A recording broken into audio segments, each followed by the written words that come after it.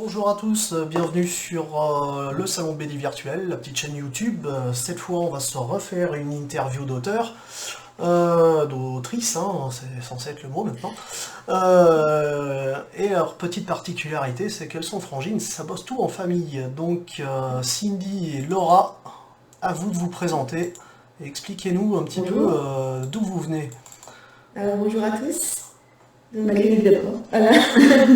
Nous sommes auteurs et illustrateurs de la bande dessinée Vikingard. C'est une bande dessinée basée sur l'histoire et la mythologie viking. Euh, on raconte en fait les aventures d'un équipage viking en île, et chaque tome retrace un fait historique ponctué voilà, de faits mythologiques et magiques. Voilà. Donc c'est tout public. D'accord. Le rôle de chacune, en fait, il y en a, enfin, vous êtes deux à dessiner de front, à scénariser de front, ou il y en a une qui partage plus les tâches que l'autre, là? Non, on fait vraiment tout toutes les deux. Ok. On travaille au scénario ensemble et on fait les dessins ensemble aussi. Et après, on a chacune nos personnages de préférence. Chacune a créé ses propres personnages. Ok. Donc on se concerte. Et ma sœur s'occupe de l'ancrage général pour que le style soit le même tout au long de la BD. Et moi, je fais la mise en couleur. Ok. Avant d'aller arriver à la BD, vous avez commencé votre vie professionnelle directement par le dessin, bande dessinée, ou vous avez bossé avant, fait d'autres études d'art ou d'autres études avant? C'est quoi votre parcours? Moi, j'ai fait du droit, en fait, juste après mon bac. D'accord. Ça me plaisait pas tant que ça. Et du coup, quand Cindy a eu son bac, on a décidé de se lancer dans la bande dessinée directement. Voilà, on avait déjà fait un petit peu d'illustration comme ça en freelance, Ouais. mais bon, rien de vraiment régulier. Euh, Ouais. mais voilà, donc on a travaillé pendant 2 ans sur notre première bande dessinée. Et, et voilà, donc on a pu la lancer en 2014. Donc ça a été tout de Voilà. suite votre premier projet qui est devenu le premier album, hein, c'est ça? Voilà, on a voulu tenter notre chance directement, comme on avait envie de le faire. On s'est dit, voilà, on va essayer. Et puis depuis, on ne s'est plus arrêté. Alors, le premier tome est passé par plusieurs styles, le temps qu'on trouve vraiment Normal, ça. notre propre style. Donc c'est pour ça qu'il a mis un peu plus de temps à être finalisé. Mais après, on a été lancé. Ok. Ça a toujours été viking, hein. Enfin, ça a toujours été. Il y a eu un passage quand tu dis un peu vous êtes passé un peu indépendant, vous avez fait du fanzina, de la publication amateur ou pas du tout? Directement BD? Non, du tout. Du tout, du tout. On a fait vraiment de... Au début, en fait, on faisait des fan art pour s'amuser sur Internet. On était un groupe d'amis qui exposaient nos dessins sur des forums, sur des sites d'art. Ok. Et voilà, ça a commencé comme ça. Mais on a toujours eu un attrait pour le dessin depuis toute petite, hein. D'accord. On a toujours dessiné, toujours écrit des histoires. Cindy, elle a fait sa première bande dessinée à 6 ans. Voilà. Elle faisait déjà 72 pages. Enfin, elle avait fait ça sur 2-3 ans, quoi. Oui. Ouh. On a toujours adoré ça, hein. Voilà. D'accord, parce que la question un peu suivante, c'est qu'est-ce qui vous a fait arriver un peu à la bande dessinée? Ça a été quoi les déclics pour dire ça sera le dessin, ça sera pas le droit ou autre chose? Oui, on a toujours baigné dans ces milieux de bande dessinée. Quand j'étais petite, j'adorais les Yakari, mais j'aime encore. Puis c'est vraiment la BD qui m'a donné envie Ouais. de dessiner, avec Astérix, les Picsou aussi. Les Picsou beaucoup. Disney, oui, beaucoup. Disney, c'est vraiment notre référence première. C'est vrai. Même dans l'animation, il y a tout un combiné d'art dans les films d'animation classiques, et on aime beaucoup, et ça nous a beaucoup intéressé. Et on a toujours baigné aussi dans le milieu artistique, parce que notre maman est artiste peintre, donc c'est elle qui réalise les couvertures des bandes dessinées, hein, c'est des toiles. Bien. On la suivait voilà, dans son atelier. On a toujours baigné dans l'huile et l'acrylique, en fait. Et puis papa aussi dessinait. C'est vrai qu'il a toujours dessiné aussi les Fix, les Disney aussi, les Marvel. Donc on le voyait faire, et on s'est dit, pareil, on va essayer de faire pareil. Donc on a toujours baigné dans ce milieu voilà, d'art. Donc toi, Laura, t'as fait études de droit, Cindy, t'as fait un truc spécialisé après, ou dans l'art, ou rien Non, du parce tout? on avait projeté de faire la bande dessinée pendant que je passais mon bac. Du coup, on s'est directement mis Eh à ben, la faire dès que je l'ai eu. Voilà, je vois que ça a gros révisé dur, projet. c'est bien. Euh,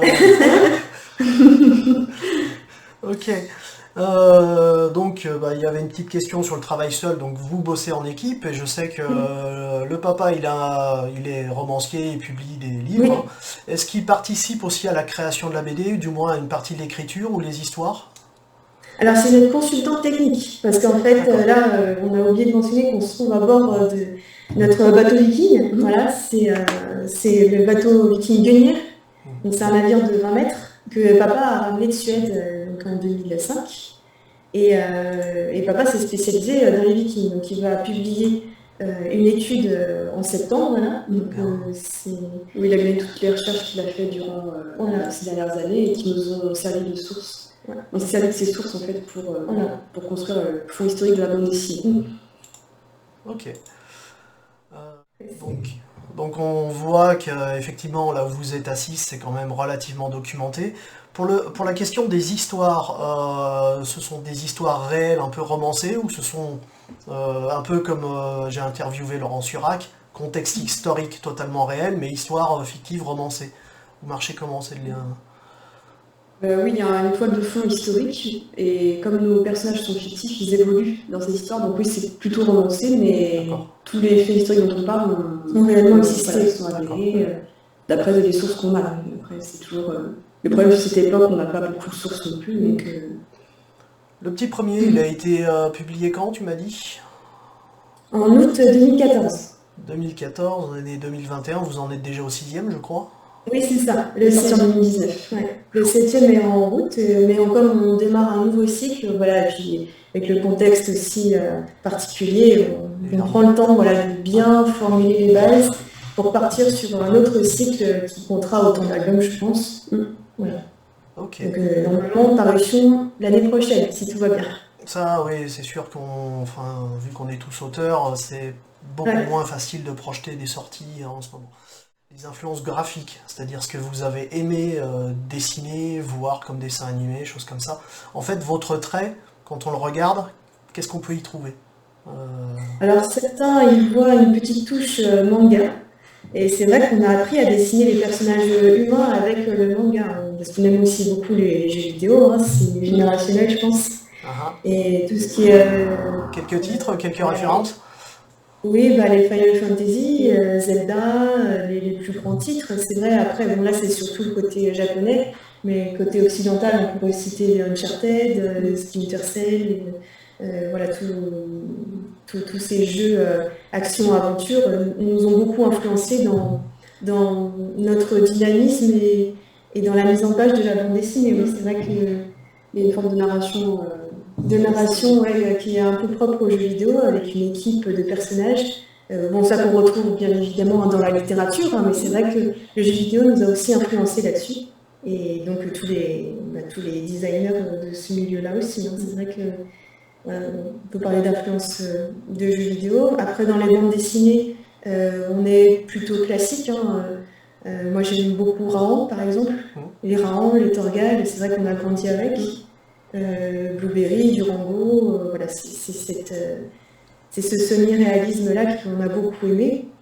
Et sinon, voilà, après oui, Bastien Vano, un peu sous toutes ses formes. Oui, c'est vrai aussi, c'est vrai.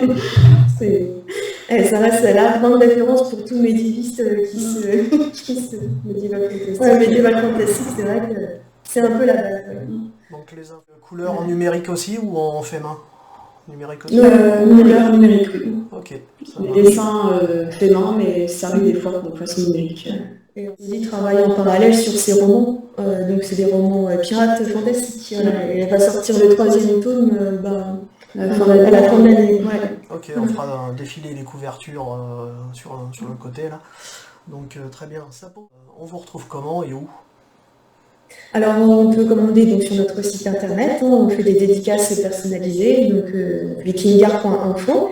Et sinon, nous sommes référencés à peu près dans toutes les librairies. Alors c'est vrai qu'on ne fait pas beaucoup de dépôts, c'est sur commande, mais voilà, donc dans toutes les librairies, les Cultura, Fnac, Espace culturel Leclerc, Auchan, enfin voilà, on peut nous trouver un peu partout. Et la dernière question piège, vous l'avez forcément eu en salon, elle est toujours un peu blessante et on la prend avec un espèce de sourire niais pour pas tuer les gens. Et vous avez un vrai boulot en fait. Mais c'est notre vrai boulot. Ouais, non, c'est vrai que c'est Donc, notre activité pour, principale. pour toutes les deux, plein temps, c'est ça quoi. Voilà, c'est ça. C'est Ok. ça.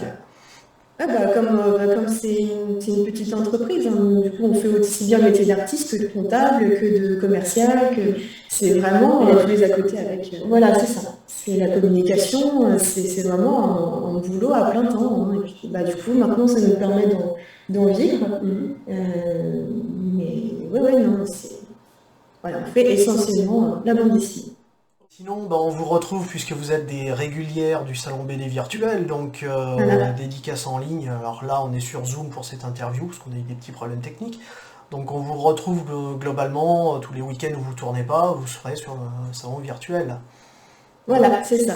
Et on peut aussi, hors salon virtuel, se retrouver quand même sur Discord en prenant rendez-vous. Si, voilà, si les lecteurs veulent nous voir dédicacer leur bande dessinée qu'ils ont commandée, on Ouais. peut convenir d'un rendez-vous en semaine et se retrouver sur Discord voilà, avec plaisir. Voilà, donc pour retrouver sur Discord, vous allez sur le lien d'invitation, vous retrouvez le stand de Cindy et Laura, vous dépliez, vous avez l'onglet chat, vous pouvez convenir d'un petit rendez-vous sur l'onglet chat, ça a été fait pour ça, donc allez-y. Bah, mesdemoiselles, au plaisir de vous retrouver en salon, que ce soit réel ou virtuel. Et on indiquera tous vos liens, histoire de pouvoir vous retrouver. On fera un défilé, on mettra les incrustations pour tout ça. Et on vous retrouve donc sur le site, hein. Vous mettez vos dates de tournée aussi quand...